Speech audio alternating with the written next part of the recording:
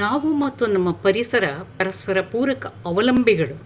ನಾವಿಲ್ಲದೆ ಪರಿಸರ ಇರಬಹುದು, ಆದರೆ ಪರಿಸರ ಇಲ್ಲದೆ ನಾವಿಲ್ಲ, ಇರಲು ಸಾಧ್ಯವೂ ಇಲ್ಲ. ನಮ್ಮ ಪರಿಸರವೂ ಕೂಡ ಆರೋಗ್ಯವಾಗಿ ಸುಸ್ಥಿರವಾಗಿ ಇರುವ ರೀತಿಯಲ್ಲಿ ಎಚ್ಚರ ವಹಿಸಬೇಕಾದದ್ದು ಈ ಹೊತ್ತಿನ ತುರ್ತೂ ಹೌದು, ಅದು ನಮ್ಮ ಕರ್ತವ್ಯವೂ ಹೌದು, ಜವಾಬ್ದಾರಿಯೂ ಹೌದು. ಅಶೋಕನು ಸಾಲುಮರ ನೆಡೆಸಿದನು ಎನ್ನುವುದನ್ನು ಚರಿತ್ರೆಯಲ್ಲಿ ಓದಿದ್ದೇವೆ.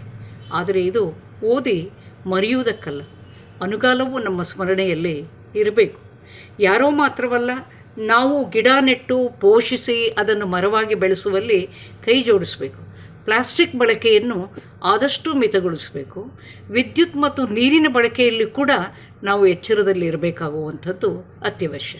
ನಮ್ಮ ವಾಹನಗಳ ಎಮಿಷನ್ ಟೆಸ್ಟನ್ನು ಕಾಲಕಾಲಕ್ಕೆ ಮಾಡಿಸಲೇಬೇಕು. ನಾವು ಹೋದಲ್ಲಿ ಬಂದಲ್ಲಿ ಅಲ್ಲಿರುವಂಥ ಪರಿಸರಕ್ಕೆ ಕೊಡುಗೆ ಕೊಡಬೇಕೇ ವಿನ ಹಾನಿ ಮಾಡೋದು ಖಂಡಿತ ಸಲ್ಲದು. ನೈಸರ್ಗಿಕ ಸಂಪನ್ಮೂಲಗಳನ್ನ ರಕ್ಷಿಸಬೇಕು, ಸರಿಪಡಿಸಬೇಕು. ಸಮತೋಲನ ಸಾಧಿಸುವಂಥ ಕಾರ್ಯ ನಿರಂತರವಾಗಿ ಸಾಗುತ್ತಾನೇ ಇರಬೇಕು. ಆಸೆ ಕೆಟ್ಟದ್ದಲ್ಲ, ಆದರೆ ದುರಾಸೆ ಕೆಟ್ಟದ್ದು. ಪರಿಸರ ನಾಶ ಅಂದರೆ ಅದು ವಿಶ್ವದ ವಿನಾಶ ಎನ್ನುವ ಎಚ್ಚರ ನಮಗಿರಬೇಕು.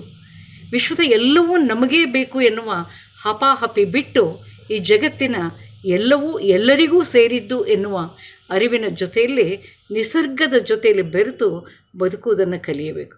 ನಾನೊಬ್ಬಳು ಪಕ್ಷಿ ಛಾಯಾಗ್ರಾಹಕಿಯಾಗಿ ಅವುಗಳಿಗೂ ಕೂಡ ಅವುಗಳದ್ದೇ ಆದ ಪರಿಸರದ ಅವಶ್ಯಕತೆ ಎಷ್ಟು ಎಂಬುದನ್ನು ಮನಗಂಡಿದ್ದೇನೆ.